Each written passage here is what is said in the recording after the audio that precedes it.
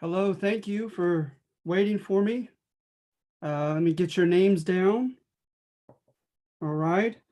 So this week we are working on the first three administrations. I generically call it Great Man History of the Early Republic. And by great man history, I'm not trying to imply that they were great men necessarily, but when you get into causation in history, what causes this or that to go in the direction in which it went? Great man history assumes that you ought to put much emphasis on those people in great positions of power to determine why things went in the direction in which they did. So it's opposed to history from below or social history. When you look at history from, try to find through primary source documents, etc., try to find evidence of what life was like for the common people. So I don't do it very often. That's why I entitled it that. I wanted to let you know that it's a little bit anomalous and that I don't normally do that. But with a great man early history, it was the easier thing to do, and to be honest, because so much seems to have evolved from the decisions of our men in great positions of power at this time period. And so it is stuck pretty well as far as historiography to this day. A lot of times when people do the first three administrations, there's a lot of focus upon the presidents, for instance. And there's reason for that. But it's certainly not meant to be an all-inclusive history, including, much from below, what the common person was experiencing, etc. So that's important to remember. All right, and so I'm going to go ahead and share the page with the with it. Okay. Also, I want to see if I'm able, while I'm here, let's see if I can put it up from here. Early Republic. I always omit something, and I omitted the PowerPoint. We don't, I guess, need it, and perhaps we're not going to be able to use it at this late of juncture, taking so long. But give me just 1 second to try one more time. Let's see here. No Constitution PowerPoint, the War for Independence PowerPoint, but nothing to be found of the early Republic. Okay, so let's go straight to the assignment. Hopefully everyone could see this. Okay, thank you for coming. We got a good turnout today. I appreciate that, and happy to give you your extra credit points on this assignment. All right. So the first administration, focusing largely on George Washington, right? In his first two, tenures, his only two tenures as president.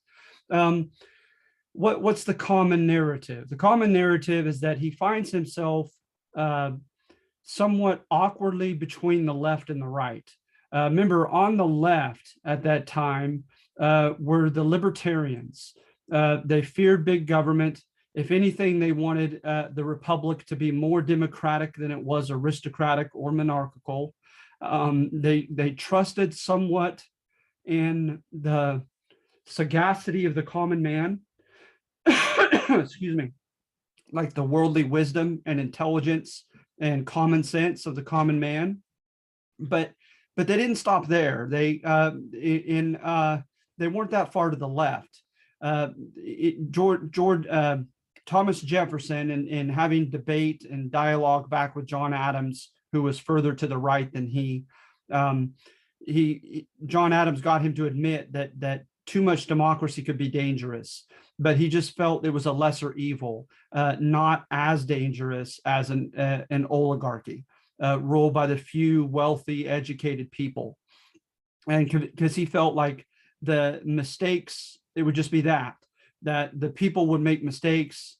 He adhered to kind of Aristotle and Plato, that they would be kind of rash and go after their own self-interest and make some rash decisions, but the consequences thereof would not be as dangerous as putting power into the hands of this cadre of an elite that knew exactly what they were doing and would abuse their power. On the left also, they didn't go so far as like property distribution, although when he was a politician in Virginia, Thomas Jefferson wanted to give out free lands to the common white men in the western periphery of the state and try to allow people to, a lot of the poor white men to become freeholders, own enough land to be considered citizens and to be able to participate in government. So for the time being, that was pretty liberal.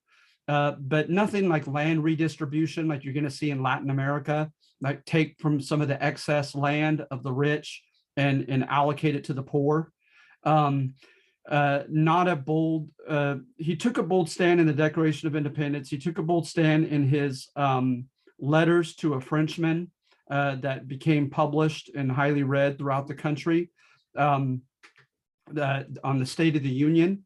But he, when it came to his actions as a politician, he didn't take a lot of strong stands against slavery. And he himself was a slave owner, right? And we'll get into that soon. So on the left, you don't see a lot of abolitionism against slavery. You don't see anything for wealth redistribution or land redistribution. You don't see anything for universal citizenship. Mary Wollstonecraft is going to be writing back in England about the rights of women, vindication of the rights of women. And it largely was ignored by our founding fathers on the left and right side of the spectrum. So on the left, like when the Gironde was running the French Revolution, those who wanted radical change sat on the left side of the chambers, evidently. And so that's where we get the term left, wanting radical departure from tradition and from the status quo. So I would make the argument that the guys on the left were really not that far to the left of the spectrum compared to other countries. Like I said, especially Latin America. In Latin America, you had people who wanted citizenship for people of all color, who wanted land and property distribution, citizenship for all, democratic government, and so forth. And so, yeah, not too far to the left, you'll find Thomas Jefferson and the leaders of the anti-federalists, as they were called, or as they called themselves, the Democratic Republicans. And so then when you look to the right, you see people who said, like John Adams and Alexander Hamilton, that they wanted rule to be by the better sort. The term they used was stewardship. And I've asked this question before, I think rhetorically, so pardon my repetition. But if I asked you a couple rhetorical questions, right, where the answer's obvious in the question, do you believe that everyone is inherently equal to the same rights and opportunities and protections under law? Of course, your answer should be yes, right? But do you also believe that everyone is equally capable of fixing your car, of writing an English paper for you, et cetera, et cetera? And of course, the answer to that rhetorical question is no. People differ in their talents and their experience, et cetera. And so likewise, they carried that over into politics. And they said that, you know, men of leisure who've had the opportunity to have a classical education, they have a leg up over the common man in ruling. You got to remember also is that with Greco-Roman education, it was equated with virtue. It didn't have the vocational flavor that it has today, right? Today, oftentimes you could just, you could study to be a nurse, you could study to be an electrician. You can go to school for a myriad of micro reasons to get a degree in a very specified vocation. But with classical education, you read like Aristotle's Nicomachean Ethics, and he would ask questions, very ethical questions, like if you are selling something and you know something is broken within the object or dysfunctional within the object that you are selling, is it immoral? And of course, the answer was yes, to hide what's wrong with it, right? Selling a car and there's something wrong with your car and you don't relay that to the person that you're selling the car to. That yes, that constitutes lying and it is immoral. There was a lot of ethics in Greco and Roman education connected to philosophy, a love of wisdom. And so the argument is that a classical education makes you a more refined, well-rounded, more ethically upright individual. which of course is a highly contested claim. And so they contended that those who were educated, they had a leg up. And not to mention, right, they didn't have, the science, political science termed yet, but yet they studied government, and they just felt like they were more adept, right? Like a mechanic who has been trained in fixing your car, as opposed to just a friend who knows little, if anything, about cars trying to fix it for you. And so they felt like the people ought to be wise enough to see others who are better qualified than they in being their leaders, and give that power over to them, and let them be the stewards. Let them be like the babysitter, someone that you entrust something that is precious to you, to take care of by their own volition, by their own wisdom, etc. And the liberals of that time period contested that. They said, no, the voice, the representatives ought to be merely the mouthpiece of the common people. They ought to just vocalize in Congress and in the White House what their constituents want. And so you definitely had a fundamental difference between left and right, but I would still make the argument the gulf between the two was not that broad compared to that of other countries. So again, on the right, they did want, the better sort, the term they used, to be elected leaders, but they still wanted elected leadership. They still wanted a Republican form of government with democratically elected House reps, etc. Right? So they didn't want an aristocracy. They didn't want a patronage system whereby you get the powers that you get the political positions you get simply because of your family name and your family connections and your wealth and your education and so forth. They didn't go that far to the right. Some of them on the right were against slavery, ironically, being the conservatives, like Alexander Hamilton was a borderline abolitionist. And so, the president, Hamilton and a few others did want the president to be handpicked for life, but they still wanted a democratic legislator to balance him, to have checks and balances with him. So they were further to the right and being more old school, more traditional. But the argument is that I'm making subjectively is that, like, again, they weren't really that far to the right. So to me personally, when you have these highly invective campaigns where they're really bad mouthing one another, really appealing to pathos, to emotion of their voters, and they're trying to scare them. They're using hyperbole, strategic exaggeration to try to scare the voters away from voting for their counterpart. So for instance, like with John Adams and the conservatives would run for president, those on the left, the liberals would say, hey, he's going to institute a monarchy. He's going to bring us back in connection with England. He's going to take away our individual rights and abrogate the Bill of Rights. There's nothing in the writings and in the life of John Adams and Alexander Hamilton that really coalesces with that, I would say, from reading just a few biographies on each of them. And so to me, it's exaggeration. And then the same thing with Thomas Jefferson going the other direction. The right would say, don't vote for Jefferson. He's going to inaugurate a French Revolution. And any of you who have studied the French Revolution know that it got pretty radical as far as class warfare, as far as bloodshed, as far as radical changes from the past, much more radical than our, quote, revolution, I would say, ever became. And so they would try to scare the voters away from voting against their opponent, for their opponent. But again, I think that it helped in the short run for peaceful transitions of power from one liberal to a conservative, to a liberal to a conservative, etc. It helped in peaceful transitions of power, I think, knowing at the end of the day that they were not that fundamentally different. They were not that fundamentally far apart on the political spectrum. That's just me. But here, right, with number one, I'm trying to convey the point that image is everything. That even if the right wasn't as far to the right as it appeared to be, the fact that it appeared to be so far to the right had repercussions.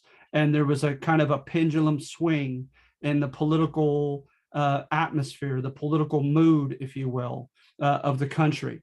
I'm reading in a my more modern U.S. history class, the Great Depression, and by a guy named Robert McElvin, and he talks about pendulum swings of the in American history, where we kind of have oscillated in times of conservatism to liberal reform, and kind of back and forth. And I think there is evidence for that. So we're going to see that here in this assignment, that you first have a pretty conservative administration in George Washington and in the second president, John Adams. And then the choice swung to a more liberal candidate, and that was Thomas Jefferson, to become our third president. But what he did in office is a whole other story that we're going to get into. So at any rate, when you look here, the villain of number one is Alexander Hamilton. He did everything that scared the public into thinking that he was more to the right than he really was. There's nothing in the Constitution that states that you could have a national bank, and he created one. And then Article 1, Section 8, given powers to Congress. They're enumerated, they're specifically stated, but there's somewhat, if you're libertarian and afraid of big government, there's a scary clause at the end where it says Congress shall also do whatever is necessary and proper to carry out its list of powers that it can practice. And so that seemed like a clause that would be and could be manipulated in the future for the government to do more and more, of which nothing was stated specifically that it could do originally in the Constitution. And so the bank right off the bat constituted the first example. People were like, wait a minute, we don't need a bank. We need to keep it private, because remember, the order of the day was the work of Adam Smith, his Wealth and Poverty of Nations book, and him talking about the government needs to let it be, laissez-faire, let the economy be, and the government needs to stay out of it. We were never a laissez-faire economy. Right off the bat, under our first Secretary of Treasury, Alexander Hamilton, he intervened in the economy. So we have a federal bank, right? And you look at the loans of the federal bank, and a lot of them were to wealthy individuals. They were big loans of big money to wealthy people, to those who were beginning, especially businesses that he contended at least, were good for the whole country. So like infrastructure development, right? He claimed that if you were going to build canals, roads, later on, of course, it'd be railroads, etc., that the government would help fund it, because it'd be the whole country ostensibly would benefit from it. And so, and then also diversification. He wanted us to develop and manufacture and grow, as far as agricultural goods, everything we needed so we could become self-sufficient. And he felt like the government needed to help that to happen by subsidizing, by helping to fund people in new industries. And this has become bipartisan now. I remember in the 90s, the liberal Democrats were subsidizing farming and certain needed commodities. We're subsidizing Silicon Valley inventions to try to keep up with software with other countries. And so, but at this time, this was largely something to the right of the political spectrum, a conservative idea. And it kind of scared people, right? Because it's like, wait a minute, the government's not staying out of the economy. And not just that, but it looked as if the government was always collaborating with the wealthy, right? And the term that they use is plutocracy, rule by the rich in line with the government. And so people were afraid that Alexander Hamilton was trying to immediately create a plutocracy here under George Washington's first tenure. And so, not to mention, in order to subsidize, they needed to raise money. So what did they do? For one, they immediately began implementing protective import tariffs. So goods that came in from other countries They wanted to put an artificial tax on them so that Americans would buy American-made products instead. Well, the American-made products were not as high quality at first, and they were more expensive at first. So it forced consumers to pay more for their products, these protective tariffs, and it was not in line with laissez-faire principles, right? As stipulated by Adam Smith in his famous book. So we were not abiding by some of the rhetoric of our own, quote, revolution. And then also, in order to gain money, the executive began taxing, putting excise tax on alcohol and tea and coffee, etc. And note, this is not emanating from the House of Representatives. And remember, we made it clear in our war against Great Britain that we shall be taxed, but by our own consent, by the consent of our elected legislators. So how ironic, right, that they put a tax on tea when we had such drama over tea with the British, and putting it on alcohol. They're going to have a whiskey rebellion in response to it. And the government is going to raise an army to squash it. And people were frightened by this, right? Because remember, according to Scottish libertarian rhetoric, always fear that your standing army could end up turning itself on its own people and devouring its own. That's why they were so big on the right to bear arms. And so this was scary to a lot of Americans, right? Not just to the left, who thought that this administration was too conservative. And then also in raising money is very controversially, the federal government borrowed $80 million worth of bond certificates from the wealthy, because who has the extra money to lend money to the government but the wealthy? So a lot of wealthy Americans bought a bond certificate and hence lent money to the US federal government. And the federal government deliberately took its sweet time in paying that debt off, knowing that being indebted to the rich, they would have a vested interest in wanting the republic to survive, right? For the very selfish reason that they don't want the government to crumble because they want their money back that's owed to them by the federal government. So a very kind of Machiavellian scheme by Hamilton, wanting to deliberately become indebted as a nation to the rich and borrowing their money. So this was scary to some people. And so like James Madison, who was amongst those arguably to the right at the Constitutional Convention, who wanted a less democratic, more centralized republic in writing the Constitution, wrote most of it with his own hand, he's going to switch sides. And he's going to become an oppositional character to Alexander Hamilton in particular, and say that he is ruining the country. He's bringing it too far in line with Great Britain. Because after all, Great Britain had a national bank, borrowed money from the wealthy, subsidized big businesses, and did a lot of the very same things that Hamilton did. And Hamilton didn't even try to hide the fact that he was a bit of an Anglophile, a lover of things English, and thought that, basically made the argument that don't throw the baby out with the bathwater, that sure, we want to break free from Great Britain, but there are many things that Great Britain did that helped it to become the powerhouse that it had become. And we should emulate those things. But to people on the left, that was certainly not it, because Great Britain represented everything that we rebelled against and everything that we wanted to improve upon and do differently from, right? So at any rate,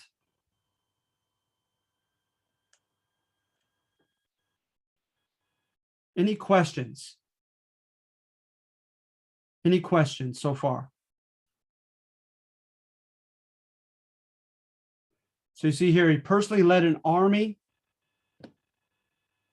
of nationalized state militiamen exceeding 13,000, more than had served at a single time in the Continental Army against the British in the War for Independence, to squash this whiskey rebellion against fellow Americans.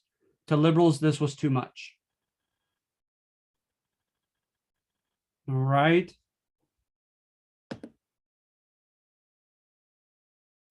Washington himself, what did he try to do to try to toe the line? Because he hated partisanship, according to his own words. Partisanship, right?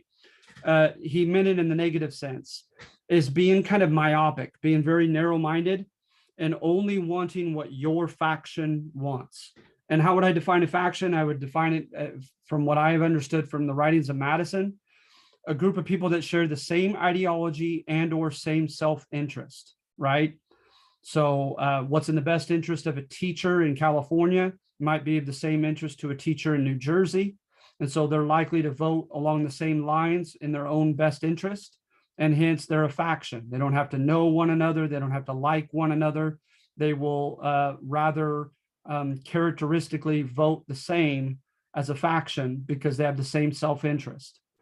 And so to Washington, he tried to imbue the virtue of civic virtue, whereby instead of looking and saying, I myopically am a cash crop farmer from Virginia, own slaves, what's best for that particular demographic?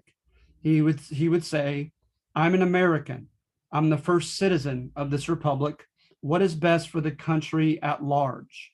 And he got that from the propaganda of from the propaganda of the Revolutionary War, from the Roman classical sources like Cicero and Tacitus, of putting civic virtue ahead of your own self-interest. And so he tried to imbue that as a president, to make the left happy. He had press conferences and would allow people to ask him tough questions. He allowed, although it was in the First Amendment, he allowed a hostile press to write ill of him. There was the famous Aurora and the Gazette and a couple other East Coast newspapers that just tore into him, called him His Highness, that he was the king or emperor of the United States, and wanted adulation and praise and worship from the people, and led heavily handedly, as if he were still the leader of the Continental Army. But he allowed that to happen, right, as the president. There was a French representative of the French Revolution who came in, and he called himself Citizen Genet. And Citizen Genet went on a speaking tour throughout the United States, bad-mouthing Washington and his administration, trying to get Americans to support the French Revolution and what would become, they were the Continental, known later as the Napoleonic Wars, against the forces of conservatism against the French Revolution, namely Prussia, Austria, and England. So at any rate, he was very perturbed by this, very angry. He hated the fact that his own Secretary of State, Thomas Jefferson, supported the Citizen Genet and went on public speech tours with him, etc. But nevertheless, he allowed it to happen without becoming repressive. He had his famous 2 o'clock walks. He did things that were symbolic to try to demonstrate that he was a president and not a king, that he was accessible to the people, that he was accountable to the people. Of course, before that, he surrendered his sword of the Continental Army to the Continental Congress and wanted to make it clear to the country that the civilian government ruled over the military and not the opposite. And so he did such things to try to placate the left, right? To show that he was not a tyrant, that he was not this old school autocrat far to the right. But to those on the right, he allowed his entrances into public places to be very theatrical, as if he were kind of a king, and a lot of prestige, a lot of hoopla, pretty much everything short of throwing rose petals before his feet. When he would enter a place, he would deliberately come late and leave early to leave kind of a mystique about himself. He allowed and gave a long leash to Hamilton, which pleased the right, and forming this national bank and subsidizing businesses and borrowing from the wealthy, etc.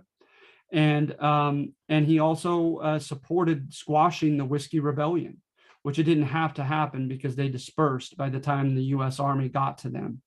But it was still a scary thing. And he was supportive of that. Another thing that made the right happy and the left unhappy is during the beginnings of the Continental Wars, and the French Revolution broke out, and the different other powers that I mentioned tried to rescue Louis XVI. and try to keep the French Revolution contained in France. He allowed the British to blockade the French coast and take American merchants' products, goods, and confiscate them so that the French could be kind of starved into submission. And a lot of people on the left were furious about this and thought that we need to give an ultimatum to England to make them stop violating our international right. This is far before the League of Nations and the UN, but you already had through the Catholic Church and other institutions and lots of conventions, notions of just war doctrine, of how war ought to be fought properly. And that included the rights of innocent neutral countries to trade non-contraband to both sides in a war, right? And so he went terribly soft on England, and those on the left thought that that was evidence of his personal leanings toward things British. So with number one, Alexander Hamilton in particular, with the long leash that was given to him by President George Washington, that he did enough conservatively to frighten the country into thinking that that the administration of Washington was too conservative, had gone too far, had even betrayed the principles of 1776 in the Revolution. And it didn't demonstrate itself in the next presidential election because someone arguably even more conservative became president in the form of John Adams. But it did show a little bit in congressional elections, and it was shown in the development of an oppositional party, and hence the beginning of our two-party system, something Washington never wanted to happen. And so the Democratic Republicans are going to organize largely in opposition to the perceived excesses of Alexander Hamilton and Washington's administration being too conservative. Any questions on number one? All right. So number two, John Adams. I thought this was an interesting thesis, okay, is McCullough. To me, it's almost court history. He's praising John Adams and he's defending him. He's very defensive of John Adams in this biography because John Adams is going to become our first one-term president. He's going to make enough enemies on both sides to lose re-election as the first president to do so. And so why is that? Was it, corruption? Was he just too simply far to the right and the country tired of it? There might be a little bit to that one. Or was it that he was just too independent-minded and too stubborn for his own good, and he ended up, but in a sense, too principled to play the game of politics, and hence made enemies on both sides and lost because he was too honest and too independent for his own good. That last thesis is the one that I've tried to convey, which I believe is a thesis that McCullough makes in his book. Okay. So for one, right, what does he do to alienate the left? Remember, they don't like him already. And most of them on the left certainly did not vote for him to become president and were resentful of such to begin with. But he starts a quasi-war with France. The French also were violating our international rights on the high seas, and they were taking American products from merchants and confiscating them. Okay. So what does he do? Without a declaration of war, he gets the Navy built up and sends them on a convoy system to commandeer or chaperone our private merchants and protect them. And in the event of any French ships trying to stop our merchant ships, our Navy was ordered to fire upon the French. Now think about that constitutionally. Who raises an army? Congress. Who declares war? Congress. Then once both of those are established, who runs it as commander-in-chief? The president. He has it backward here. He's running a so-called almost quasi-war in the Caribbean against Napoleonic France, and without congressional approval, without a declaration of war, without a raising of an army by Congress. And so this was constitutionally dubious at best, right? And again, why is he so vociferously doing it against the French when the British are doing the same thing? To those on the left, it was because he hated the French Revolution, because he was a secret monarchist who was pro-Britain and hated all things revolutionary. So that really hurt his reputation when he did that, right? And he, by the way, did make no bones about it in his private and public quotes.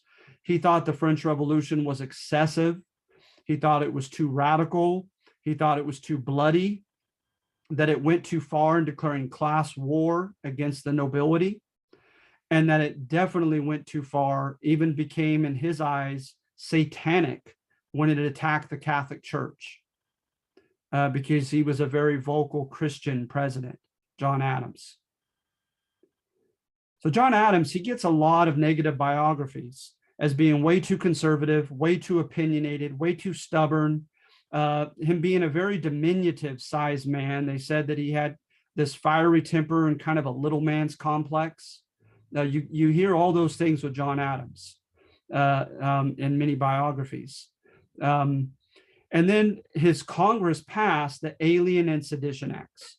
The Alien Act, right, gave the president the power to deport French radicals from the country. And note, who has power of naturalization and immigration in the original Constitution? Congress. And they're giving up that power and handing it over to the president. Again, constitutionally dubious. So clearly that was not a popular, that alienated him from the left for sure. And then the Sedition Acts. The Sedition Acts contended, right, that if you did anything to incite the hatred of the good people of the United States for the federal government, it was punishable by a fine or even incarceration. And remember I mentioned like Philip Freneau and his Gazette. What do you know? Philip Freneau and some of these radical reporters were charged under the Sedition Act. So it looked like now he was using the Sedition Act as cover to go after his political enemies.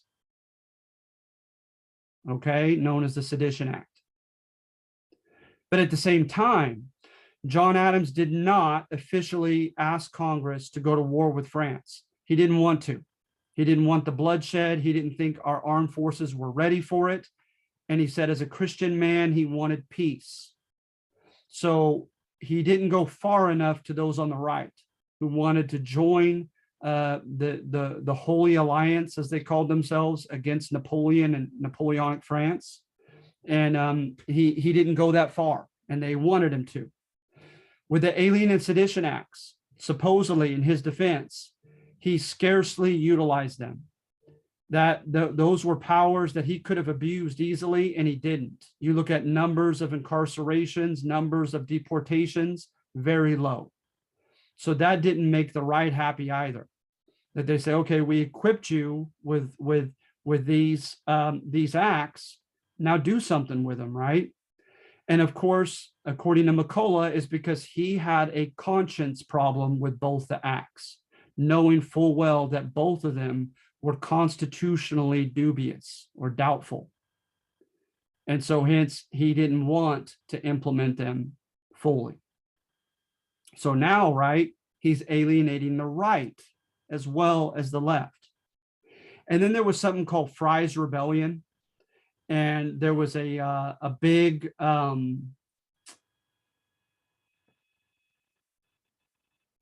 riot, and some police officers were killed.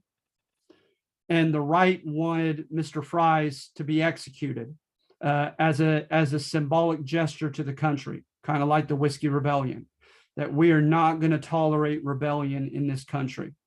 Well, as a lifelong attorney, John Adams looked into the facts and found that technically there was nothing that Mr. Fry's did to actually advocate or try to promote violence, but that his followers spontaneously did it without his participation.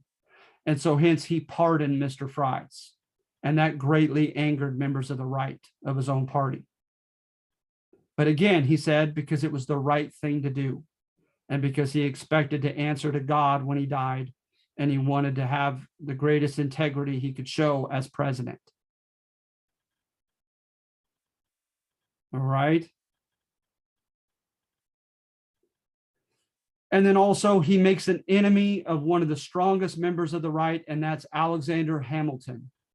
He called Alexander Hamilton a vain peacock. He thought everything Hamilton did was for show, for his own aggrandizement, that he was a bit of a megalomaniac, and he couldn't hide it. He had that Adam's temper and that petulant tongue of his. And so he made an enemy of a great ally in Alexander Hamilton, and Hamilton, politically fought against his reelection amongst members of the right. So hence note, right, on number 2, that it's court history because it empathizes with our second president and says that this guy was just too honest for his own good, too independent minded for his own good, not a political actor as he needed to be to succeed. And instead of just sticking with one side of the spectrum, with one political party, and going along with everything that party wanted to ensure that he had that party's support, he angered both sides, doing what he personally thought was right in each case. And it cost him the presidency. It cost him re-election.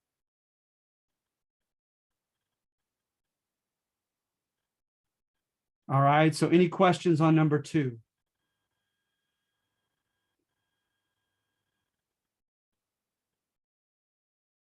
Number 3. This is a mom and dad thesis. This is a childhood psychological thesis about Thomas Jefferson as to why he contended in his political persona to be a champion of the common man. Because remember, you have an irony here. One of the leading snobs, conservative snobs of the country, Alexander Hamilton, was orphaned at an early age and rose up from the goodwill of some of his benefactors and bosses who saw his brilliance and some of his good qualities and helped him out and funded his way into Columbia College, etc. Rags to riches story, right? But once he got there, he was conservative and elitist. Thomas Jefferson was the opposite.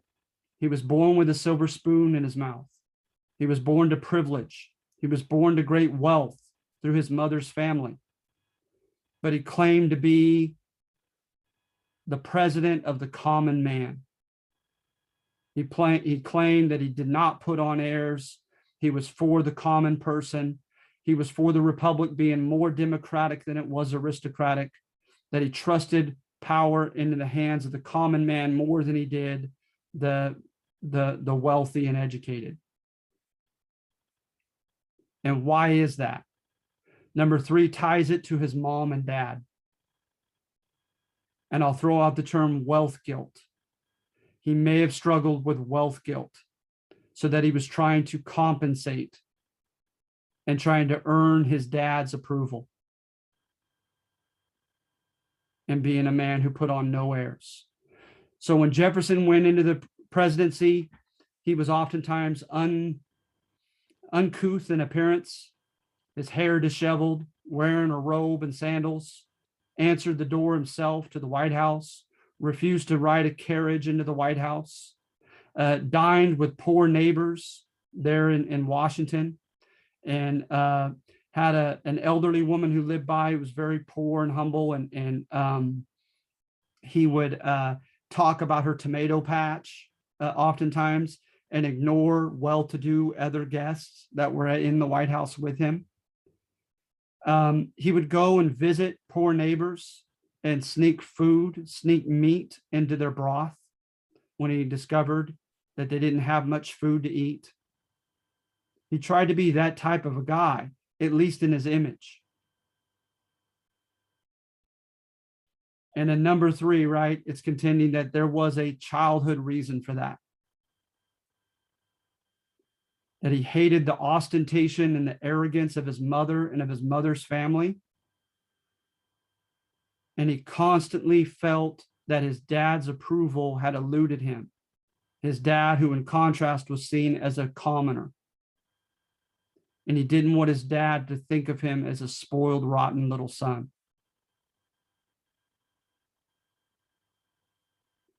So this is a famous thesis by Richard Hofstadter, and I find it to be fascinating. I don't know how well I put it together, but the message, at least, is fascinating. And then number 4, Jefferson felt compelled, coerced, forced by circumstances larger than he to violate his own rhetoric. You see, you have a couple presidents that preached one thing and practiced something entirely different when they became president. And so they're going to run the risk of people calling them hypocrites, right? And the 2 presidents I think of are Thomas Jefferson and Woodrow Wilson. But with Thomas Jefferson, right, he was a libertarian in his rhetoric. He wanted government small, unobtrusive. He wanted these villages of hundreds, back from English political tradition and from his reading of Plato, to be virtually autonomous and democratically organized at the local village levels. He didn't want to see the country to become industrialized, urbanized, commercialized, like Alexander Hamilton did. He stated on more than one occasion that if the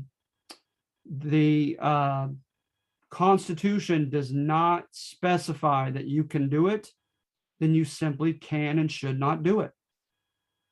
Known as strict constructionism as an interpretation of the Constitution.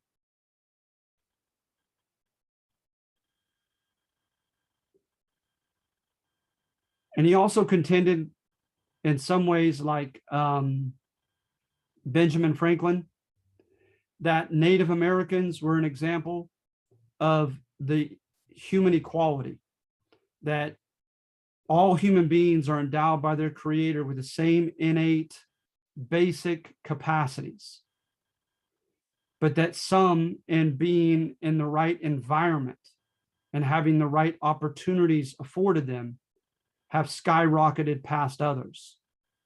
But that doesn't mean that they're better. It just means that they're more fortunate, and they ought to help the less fortunate to have their opportunities to skyrocket themselves up. So in light of that rhetoric, what did he do or not do when he became president? Well, the first irony, right, is he kept Hamilton's system intact. He could have tried to kill the national bank, like Andrew Jackson will later. He could have refused to subsidize any businesses or infrastructure development. But instead he does. The Cumberland Road. His government subsidized the Cumberland Road. His Secretary of the Treasury, Albert Gallatin, told him that too much money was intertwined into too many industries, too many things were developing, that if they killed the system, it would have catastrophic economic effects, that the giant was already growing and there was no stopping it.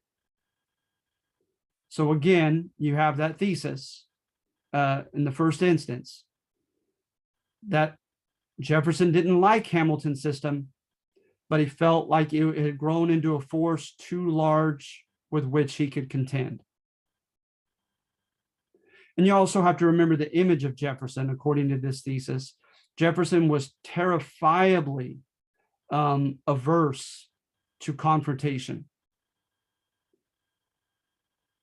He was scared of George Washington, literally scared of him. He tried to issue a State of the Union speech to Congress, and he had a nervous breakdown. Very timid and shy. Very, according to many sources, passive aggressive. but when taking on confrontation, couldn't handle it. So in addition to the system being left intact when this new, quote, radical came in, what else do we have?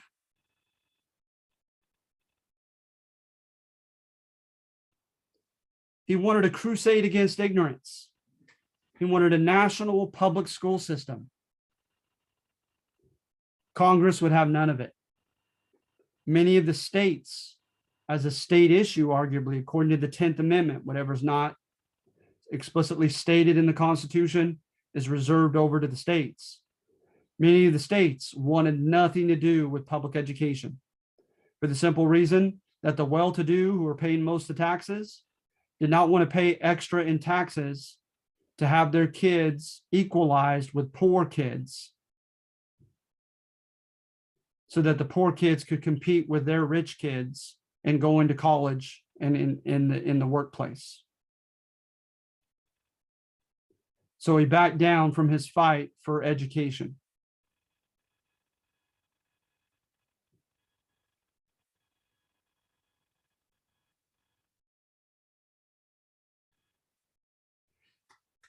He purchased the Louisiana Territory from Napoleon. Where in Article 2 does it say the president can do that?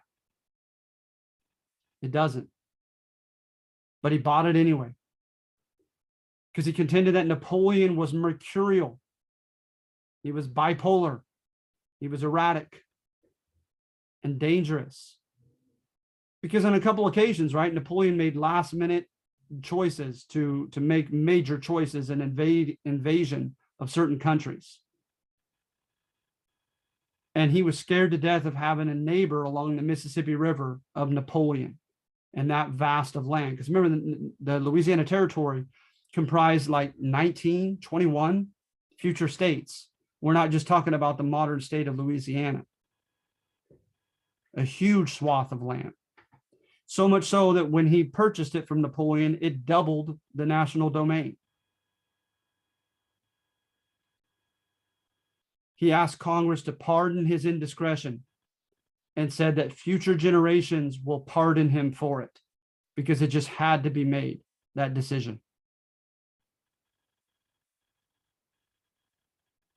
He adhered to the safety valve thesis as well, that you're always going to have a demographic of poor, ambitious Americans. And when they don't get what they want, they're going to become a possible source of discontent and even rebellion in the future. So what better way to placate them by offering them westward land to take? Give them a little piece of the pie as well. And of course, in return, they're likely going to vote Democratic Republican out of gratitude to Jefferson for granting all that westward land for them. Never mind that most of that land was inhabited and claimed or claimed by Native American tribes.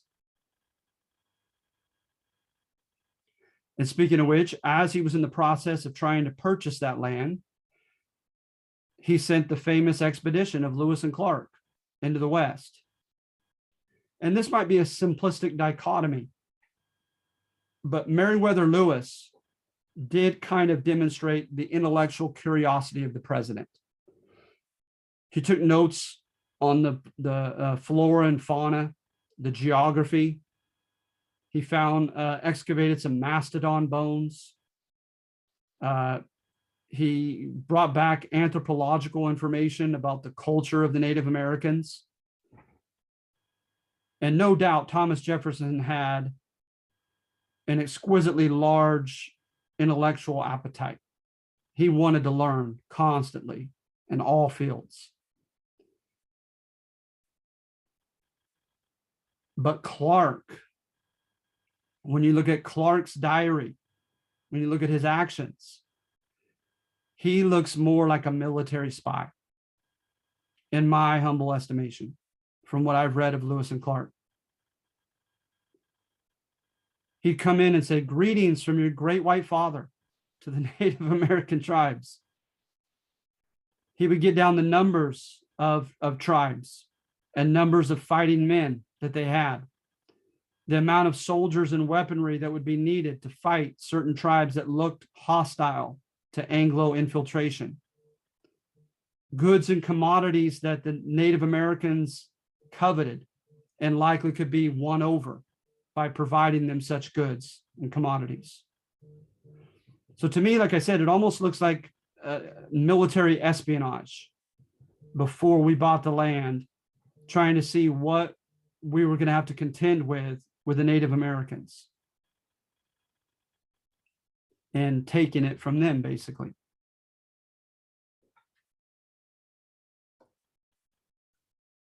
And then as a Mr. Man of the people and Mr. Democrat, Thomas Jefferson did not trust democratic self-rule to the people once we bought that land. There were Cajuns who had a reputation in Eastern Canada for rebellion and had been forcefully deported into Louisiana. There were Creoles who were pre-French Revolution, old school conservatives who were anything but democratic. There were Native Americans. There were Spaniards, as that land had belonged to Spain several times as well. So to Jefferson, he especially became convinced that he would not give them self-rule at that time because of an episode by a guy named Wilkinson. Wilkinson and Burr, and the infamous Aaron Burr, who would kill Alexander Hamilton in a duel. Wilkinson and Burr tried to take a swath of that Louisiana land and sell it. And they were put on trial for it and everything. So Jefferson definitely felt like he could not trust decentralized democratic rule to the people in the Louisiana Territory. So instead, he created two boards, one in the north, one in the south, of 21 handpicked men and a series of judges to rule until things could change and normalize. So he did not allow democratic rule in this area that he unconstitutionally bought on his own.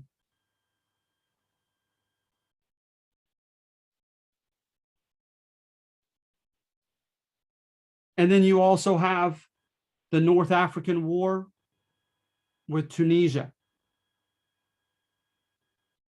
In Tunisia, there was a Muslim Basha, Yusuf Karamanli, and he was issuing extortion. He was extorting through piracy merchant and other ships that were coming into the Mediterranean of the north coast of North Africa. And he was having them, they would come aboard, demand a certain amount of the goods and wealth found on the ship. And if not, or sometimes even if they were collaborating, they would abduct the people on the ships and bring them either to Istanbul or back to Tunis and have them sold in auctions as slaves, as white slaves. And they became famous because they even were getting Italian nobility, members of the Italian nobility, abducted and extorted and held for ransom.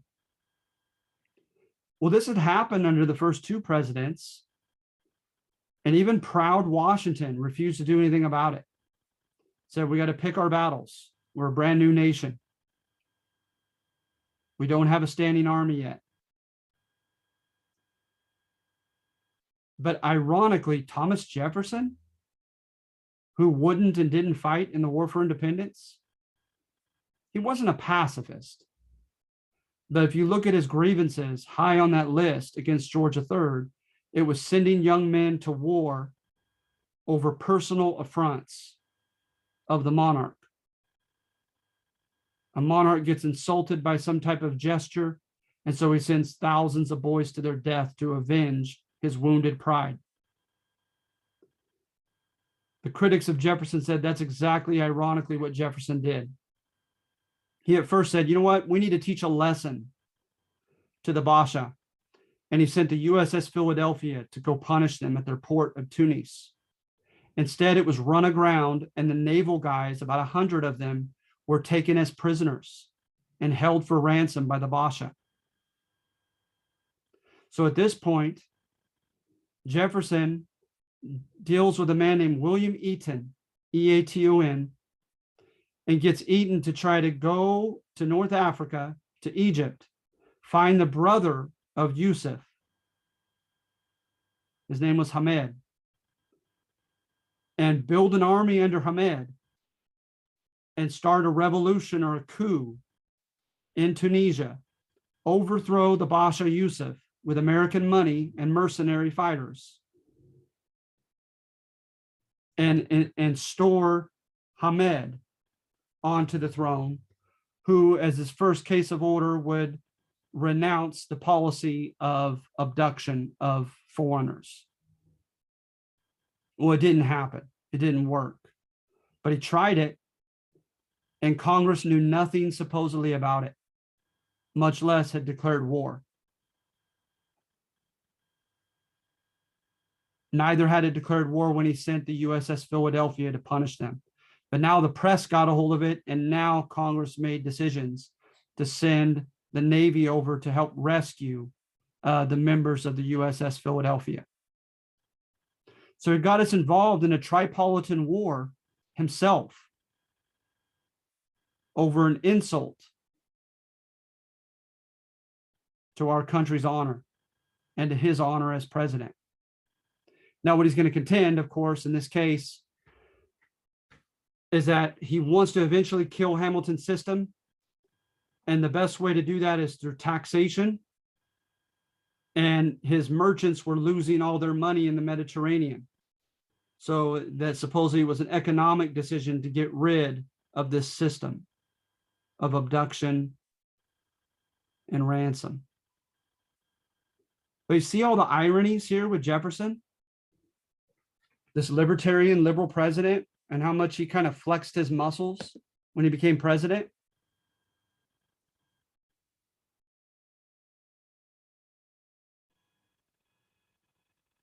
And then slavery.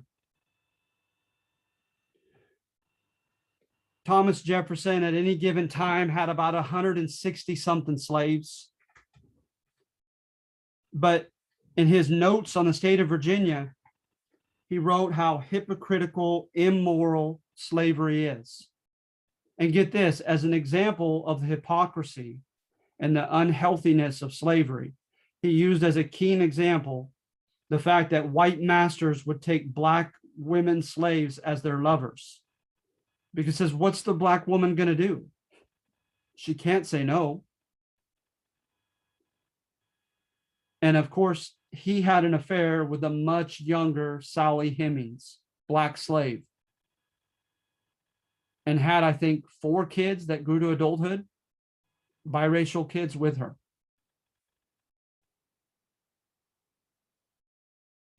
When news of the quote scandal got out, he would not own up to it. He would not protect her.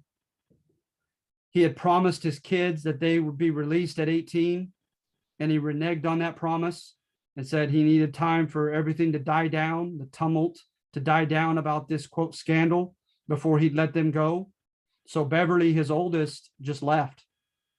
And I don't know of him ever seeing him again. He was particularly fond of his son, Eston, who they said was just a darker skinned version of himself. But he allowed Eston to go, and for years and years, they never saw each other.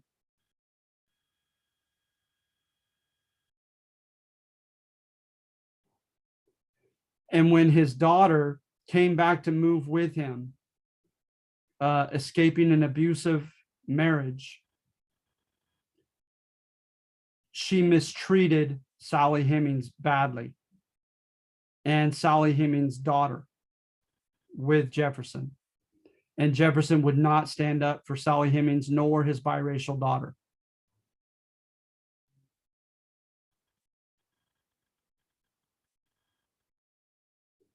And also, his writings about women and African Americans were not environmentally based like they were with Native Americans. Remember, with Native Americans, he said, hey, Native Americans naturally have the same general capacities as the white man. They just haven't been put in the right atmosphere to bring it out, to cultivate them.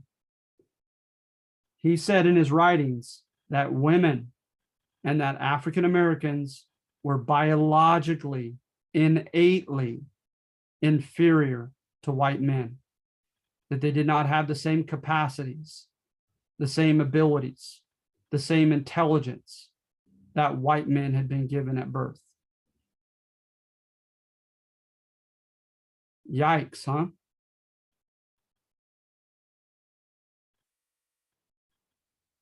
So all of these contradictions, all of this apparent hypocrisy. And this thesis, by the way, comes right out of your textbook. A very sympathetic thesis that says, no, he wasn't just a hypocrite. No, he didn't just change when he got power and as he aged. But again, right, in each of these circumstances, he didn't have the guts to take on certain issues in a certain way. And because of the complexity of becoming a president and all the variables that he had to contend with, he no longer could be an ideologue. He could no longer be someone who was just had this idealistic vision for a better country that was consistent and romantic, etc., right? But instead, he had to become pragmatic. He had to become practical. And in every given situation, say, okay, what is the lesser evil decision to make? Even if it violates what I had once stood for, or even what I still stand for. That the idealistic man became a pragmatic president because he felt he had to, because of forces larger than himself.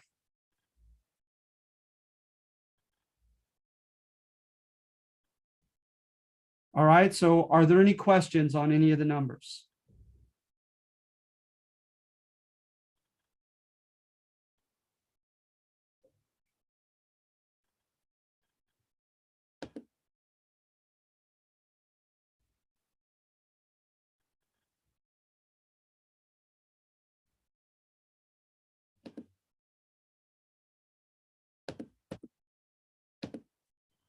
All right, so can I get a thumbs up from anyone? You guys feel decently equipped to do this one? Thank you, Afnan. Okay, good, good. Thank you, Trissel. Thank you, June. Kevin, appreciate it. Great, great, great. All right, that makes me feel good. Savon, Joanne, good, good, good. All right, that's wonderful, guys. So if you don't have any other questions, go get that assignment, kick its butt. All right, have a good day, okay? Have a good week.